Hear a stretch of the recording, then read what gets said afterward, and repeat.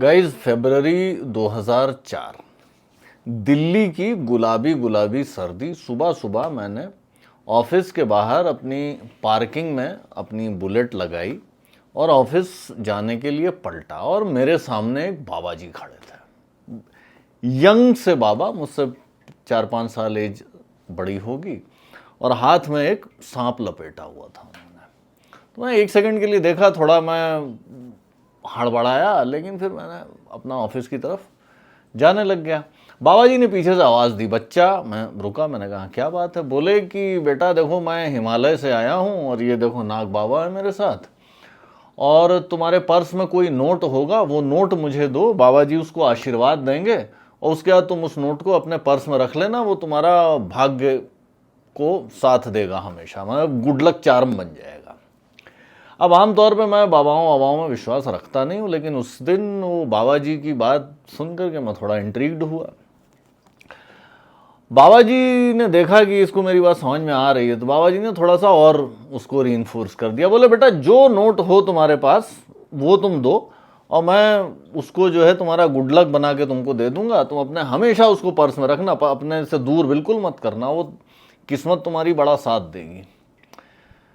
मैंने कहा ठीक है। मैंने पर्स खोला, उसमें 500 का नोट था। अब मैंने भी सोचा यार कि वो 10 और 20 का नोट को क्या गुड लक चार्म बनाए, 500 का नोट को गुड लक चार्म बनाते हैं। वो 500 का नोट बाबा जी को दिया। बाबा जी ने उस नोट को मोड़ा, इधर से और इधर से और इधर से, वो तह करके 1 इंच बाई 1 इंच के स्क्वायर में, वो इतना मोटा, उसको बना करके अपने हथेली पर रखा। और उसके बाद उन्होंने उस सांप के सर पे कुछ ऐसा अजीब तरीके से मारा। सांप ने अपनी मुंडी हिलाई, ऐसा उठा और मुंह खोल करके उसने वो जो 500 का नोट उनके हथेली पे था उसको गप करके अपने मुंह में डाल लिया और निकल गया।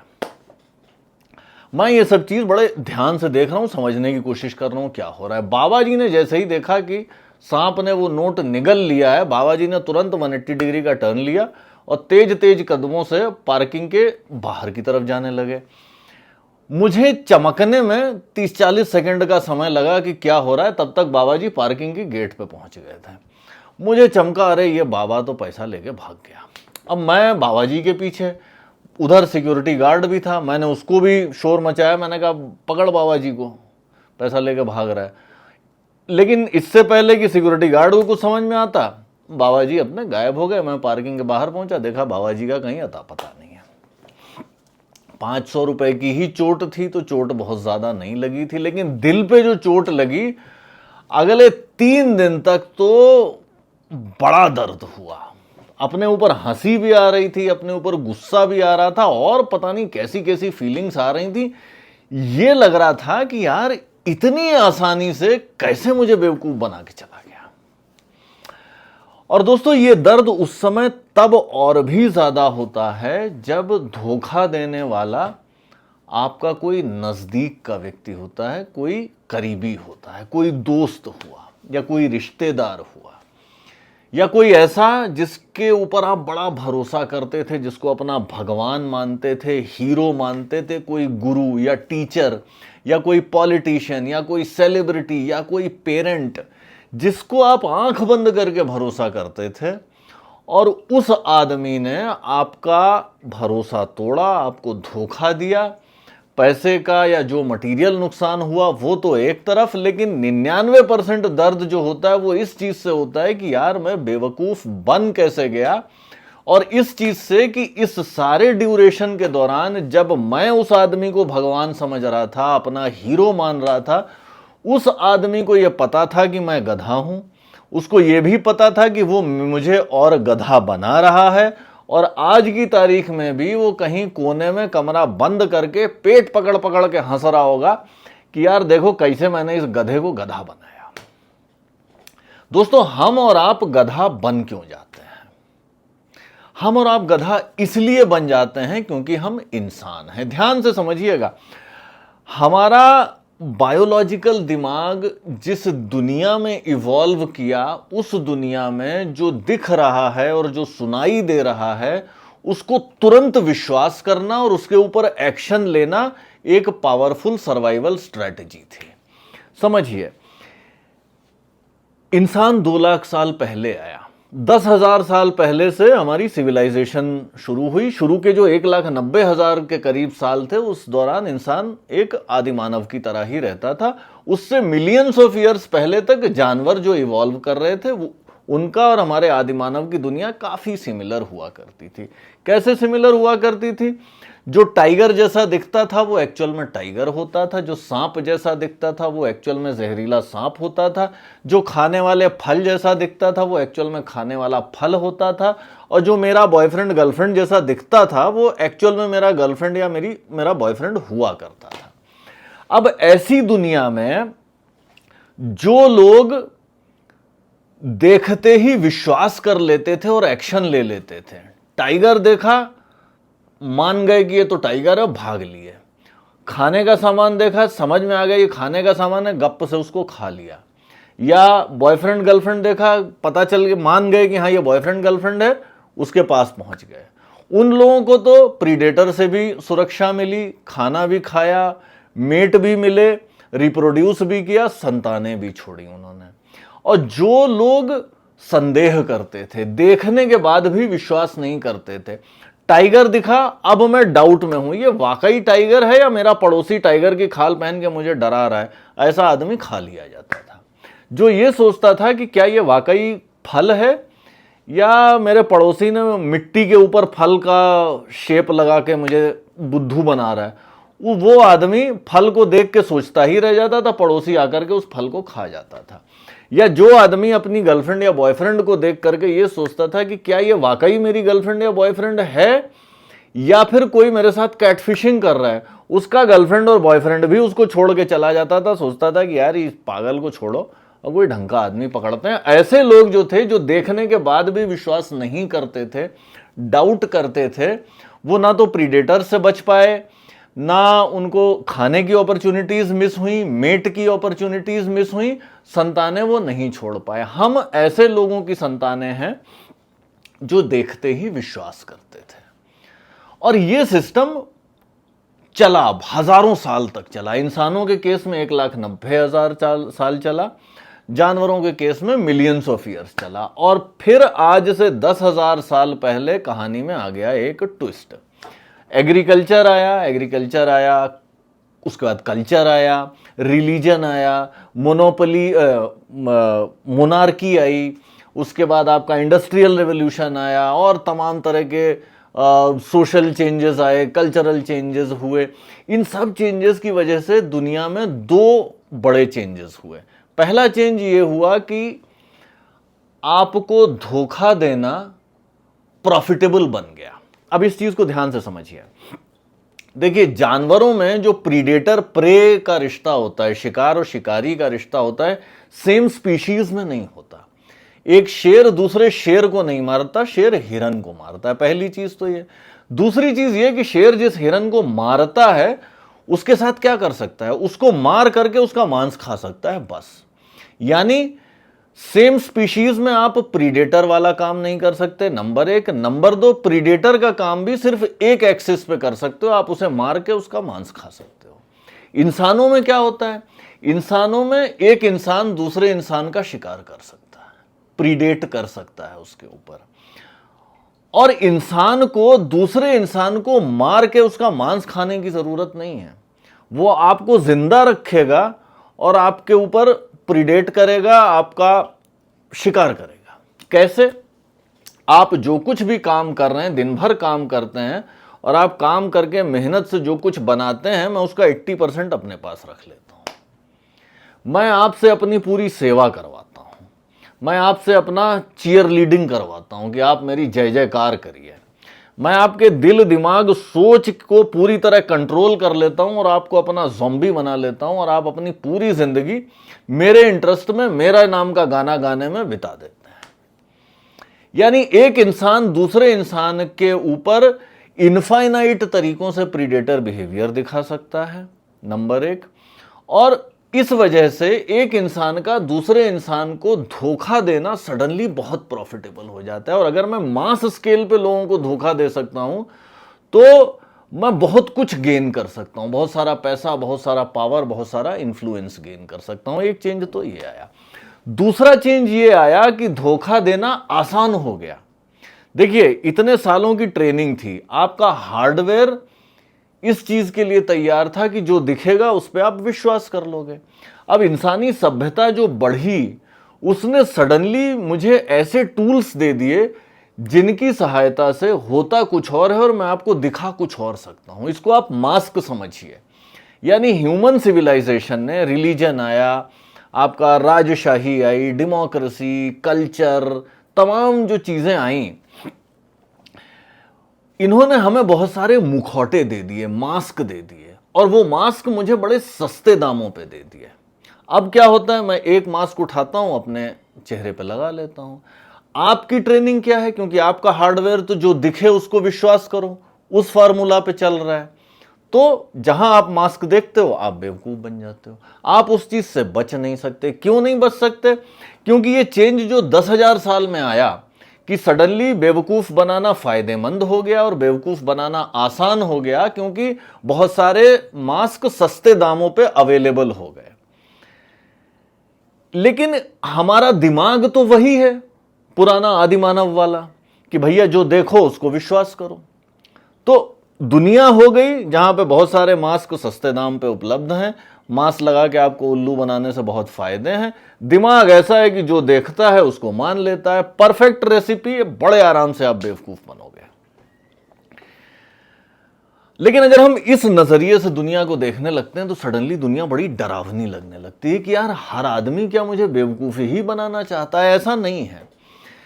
देखिए, जहां यह बात सच है कि बेवकूफ बनाना प्रॉफिटेबल है, बेवकूफ बनाना बड़ा आसान है, लेकिन हम में से ज्यादातर लोग जिस ट्राइबल ट्रेनिंग से, जिस मोरालिटी की ट्रेनिंग से आते हैं, हमें बेवकूफ बनाना बुरा लगता है। और हम कर्मा थ्योरी में बिलीव करते हुए आते हैं कि भाई बुरे काम करूंगा तो मुझे बुरा फल मिलेगा। और मोस्ट केसेस में होता यह है कि जब आप लोगों को बेवकूफ बना रहे होते हो तो आप कमोबेश उन्हीं सोशल सर्कल्स में, उन्हीं लोगों के बीच में होते हो। तो अगर आप बेवकूफ बनाते हो, किसी को धोखा देते हो, तो वो खबर फैल जाती है और धीरे धीरे सोसाइटी भी या बाकी लोग भी अपने बिहेवियर को उस हिसाब से एडजस्ट कर लेते हैं आपके साथ। तो बेवकूफ बनाने का बिहेवियर अक्सर लॉन्ग टर्म में पे ऑफ नहीं करता, बहुत सारे लोगों को नहीं पे ऑफ करता। दूसरा, हमारी अंदर की जो ट्रेनिंग है, जो मोरालिटी एथिक्स की ट्रेनिंग होती है, वो हमें इस चीज की इजाजत नहीं देती। हमें गंदा लगता है जब हम किसी को बेवकूफ बनाते हैं, किसी के साथ झूठ बोलते हैं। तो और इंडिया जैसी लो ट्रस्ट सोसाइटी में भी ज्यादातर लोग जो आपको मिलेंगे, 95-97% लोग जो आपको मिलेंगे, वो ईमानदार ही होते हैं। वेस्ट के मुकाबले हमारी सोसाइटी काफी लो ट्रस्ट है, लेकिन फिर भी यहां पर भी आपको मेजॉरिटी लोग ऐसे मिलेंगे जो आपको बेवकूफ नहीं बनाना चाहते हैं। कुछ लोग ऐसे जरूर मिलेंगे जो आपको बेवकूफ बनाना चाहते हैं। अब ऐसे लोगों की बात करें जो आपको एक्चुअल में बेवकूफ बनाना चाहते हैं। देखिए, ऐसे लोगों को आप उन्हीं के खेल में मात नहीं दे सकते। यानी अगर कोई व्यक्ति आपको बेवकूफ बना रहा है तो आप ये सोचो कि भैया मैं इसको बेवकूफ बनाने लग जाऊं, वो चीज आप कर नहीं पाओगे। क्यों नहीं कर पाओगे? क्योंकि आप दोनों का सॉफ्टवेयर अलग अलग है।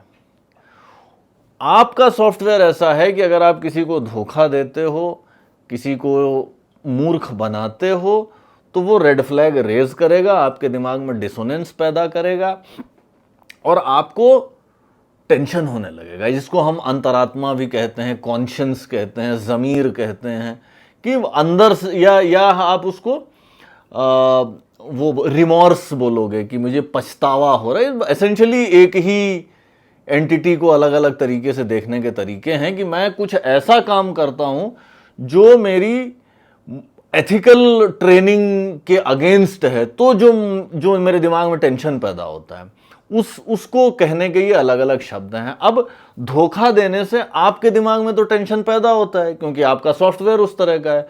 जो धोखेबाज है उसके साथ ये प्रॉब्लम नहीं है, उसको कोई टेंशन नहीं पैदा होता। उसको तो बल्कि ये लगता है कि भाई देखो, मैं तो लेजिटिमेट बिजनेस कर रहा हूं, मेरा तो काम ये है, आप बेवकूफ क्यों बने? मैं तो कहूंगा ही ये, आपने मेरी बात मान ली ना, तो उल्लू तो आप हुए, गलती तो आपकी है ना। तो उसको ये डिसोनेंस नहीं है, उसको ये दर्द नहीं होता, टेंशन अंदर नहीं होता, आपको होता है। तो इसलिए आप अगर ये सोचो कि नहीं नहीं दुनिया में धोखेबाजी से बहुत फायदा है और धोखेबाजी करना आसान है, तो मैं धोखेबाजी करने लग जाऊं, आप नहीं कर पाओगे। अब सवाल ये हो जाता है कि क्या मैं इतना बेवकूफ़ या इतना मुफलिस या इतना बड़ा लूज़र हूं कि भाई दुनिया बेवकूफ़ बनाएगी और मैं बेवकूफ़ बनता चला जाऊं? ऐसा भी नहीं है। देखिए, आप दूसरों को बेवकूफ़ उतनी आसानी से नहीं बना सकते जितनी आसानी से प्रोफेशनल स्कैमर लोगों को स्कैम कर पाता है। आप लोगों को स्कैम नहीं कर पाओगे। इसका मतलब ये नहीं है कि आप स्कैमर के अगेंस्ट हेल्पलेस हो। आप अपने आप को स्कैम करने से बचा सकते हो। दो पार्ट हैं इस कहानी के। पहला पार्ट तो ये है कि भाई दूसरा बंदा स्कैम कर सकता है, आप नहीं कर सकते क्योंकि आपका सॉफ्टवेयर रेड फ्लैग जनरेट कर देता है। क्या मुझे उस बंदे से, जो आदमी स्कैमर है, उससे जलन होनी चाहिए? मुझे ईर्ष्या फील करनी चाहिए कि यार ये देखो स्कैम कर करके लोगों को उल्लू बनाता है, इतना सारा पैसा कमा लेता है, मेरे को मेहनत करनी पड़ती है? क्या आपको ऐसा सोचना चाहिए? आपको ऐसा नहीं सोचना चाहिए। अगर आप मॉरल जजमेंट हटा भी दो, ठीक है, तो स्कैमर उसका अपना प्रोफेशन है, जो काम वो अच्छे से कर पाता है वो कर रहा है। आप स्कैमिंग नहीं कर सकते, तो इसलिए आप नहीं कर रहे हो, ठीक है। तो अब ये सोचना कि साहब मैं स्कैमिंग क्यों नहीं कर पा रहा हूँ, ये काफ़ी कुछ वैसा ही है कि मैं रोनाल्डो की तरह फुटबॉल क्यों नहीं खेल पा रहा हूँ, या मैं सचिन की तरह बैटिंग क्यों नहीं कर पा रहा हूँ। भैया नहीं कर पा रहे हो आप। आपकी ट्रेनिंग नहीं है उस तरह की, आपका सॉफ्टवेयर नहीं है उस तरह का, आपने उस तरह के आवर्स नहीं बिताए उस स्किल को रिपीट करने में और परफेक्ट करने में, आप नहीं कर पा रहे हो। पहली चीज़ तो ये हुई कि स्कैमर को देख करके उसको कॉपी करने के बारे में मैं ना सोचूं। उसको अगर मैं कॉपी नहीं भी कर पा रहा हूं तो मेरा कोई नुकसान नहीं है। दूसरी इंपॉर्टेंट चीज़ ये है कि स्कैमर से अपने आप को बचाऊं कैसे। अब स्कैमर क्या करेगा? स्कैमर मुखौटा लगा के आएगा, ठीक। वो जानता क्या है? जानता यह है कि मुखौटा लगा के आऊंगा, आप विश्वास कर लोगे। क्यों जानता है वो? क्योंकि वो इंट्यूटिव लेवल पे ये समझता है कि यार ये है लोगों की टेंडेंसी, मुखौटा लगा के जाता हूं तो मैं मान लेता हूं, और ये लोग मान लेते हैं। अच्छा, सारे मुखौटे एक जैसे नहीं होते। कुछ मुखौटे ज्यादा सेफ होते हैं, कुछ मुखौटे थोड़े कम सेफ होते हैं। इसका क्या मतलब है कि भाई कुछ मुखौटे ऐसे होते हैं जो इतने ज्यादा रिस्पेक्टेबल होते हैं कि जिनके ऊपर आप डाउट ही नहीं करते, आप सवाल ही नहीं पूछते। ऑब्वियसली इस तरह के मुखौटे ज्यादा सेफ हैं। तो अगर मैं आपको बेवकूफ बनाना चाहता हूं तो मैं तो वैसा मुखौटा चूज करूंगा ना, जिस मुखौटे के बाद आप मुझसे बिल्कुल सवाल ना पूछो और तुरंत आंख बंद करके मेरी बात पे विश्वास करने लग जाओ। बचने का तरीका क्या है? बचने का तरीका यह है कि भैया मैं सवाल पूछूंगा, ठीक है। अब अगर मैं इसको एक्शनेबल स्टेप्स में हम ट्रांसलेट करना चाहें कि भाई स्कैमर से हम बचें कैसे, दो चीजें। पहली चीज तो ये कि कभी भी जल्दबाजी में हम डिसाइड ना करें, कि अर्जेंसी में डिसीजन ना लें। अगर सामने वाला ज्यादा अर्जेंसी दिखा रहा है कि नहीं नहीं तू आज ही डिसाइड कर, आज ही डिसाइड कर, तो भैया मैसिव रेड फ्लैग, ये कुछ तो गड़बड़ है जो मुझे अभी समझ में नहीं आ रही है, लेकिन मुझे इतना चमक रहा है कि यार तुम जरूरत से ज्यादा अगर अर्जेंसी कर रहे हो, जल्दी कर रहे हो, तो कुछ लफड़ा है। और दूसरी चीज ये कि सवाल पूछो, थोड़ा सिनिकल बने हम, थोड़ा हम ये देखने की कोशिश करें कि ये जो इंटरेक्शन मेरा हो रहा है इस व्यक्ति के साथ में, भाई अच्छा सा दिख रहा है, फेस बहुत अच्छा है, मुझे नहीं पता कि ये मुखौटा है या ये असली फेस है, ठीक है।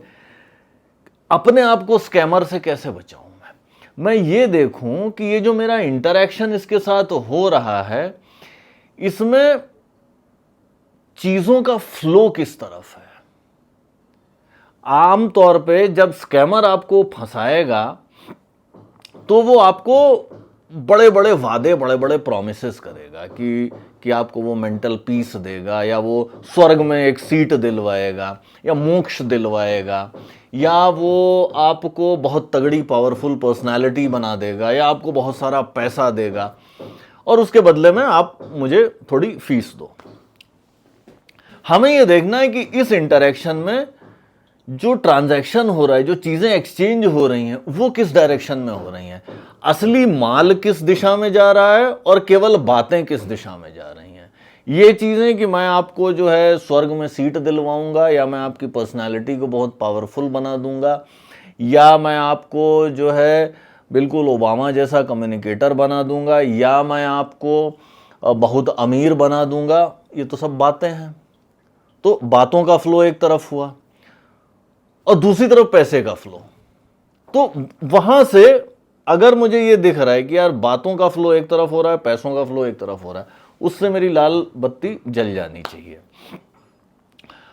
और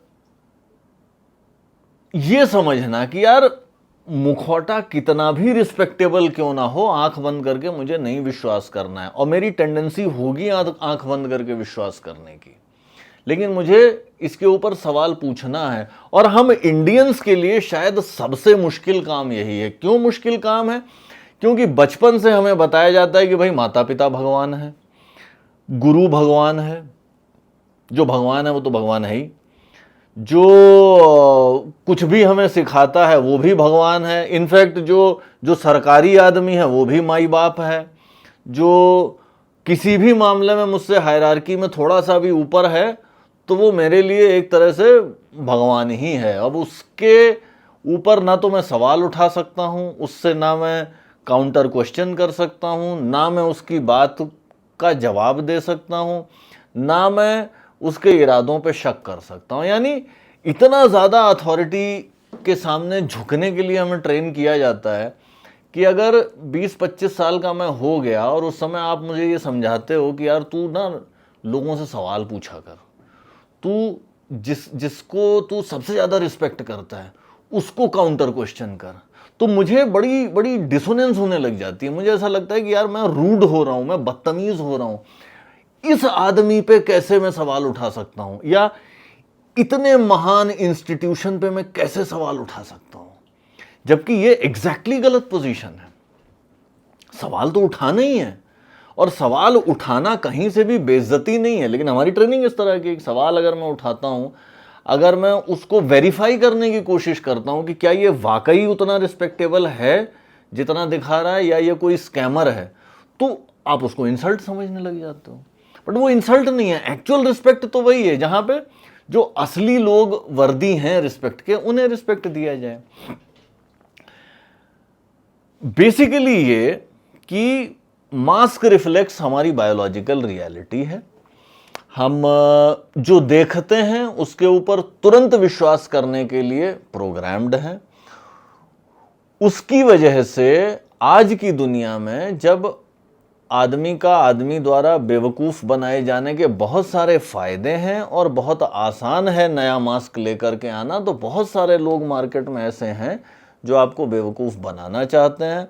और वो लोग सेफ मास्क यूज़ करेंगे, ऐसा रिस्पेक्टेबल मास्क यूज़ करेंगे जिसको देख करके आप क्वेश्चन ना कर सकें।